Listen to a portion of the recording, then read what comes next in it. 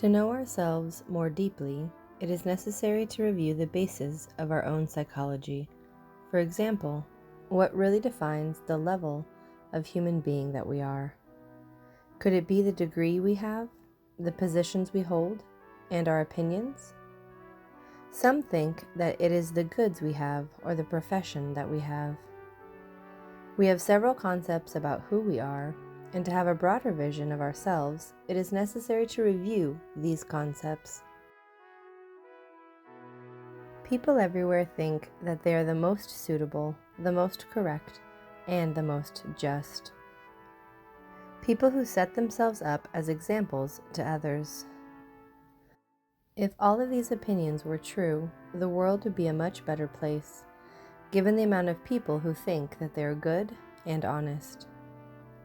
Let's take as an example a person who in society is admired, full of positions and attributes, with an incredible memory and intellect. If we take this person and put him in the desert, away from any oasis, we can see what he really is. All the titles, attributes, and influences were only of value in society, and once away from it, the person can result amazingly weak and cowardly. Everything he supposed he was falls apart when faced with situations where only the level of his consciousness matters. In other words, the level of his being.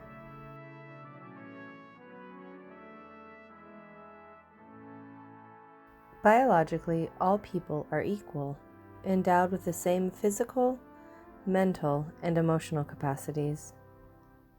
But we see that there are different types of people, those who are wise, others more superficial, those who like to study, and those who don't, those who care about others, and those who engage in selfishness. If the difference between them is not biological, we can conclude that the difference is in the level of their understanding. Those who think that life serves only for the satisfaction of their desires and passions lead life according to this perception. Those who perceive that life is to serve, learn, and improve, their actions and decisions reflect this perspective. Just as there are different social levels, for example, people from churches and brothels, of commerce and of countryside, etc., in the same way, there are different levels of being. We can be splendid or mean, generous or egoistic, violent or quiet, pure or lustful. A person's level of understanding determines his or her relationship with life, and thus the circumstances that will always surround them. The proof of this is that when we change our level of being, everything that corresponds to the past level stays behind: friends, situations, dramas, comedies, and tragedies.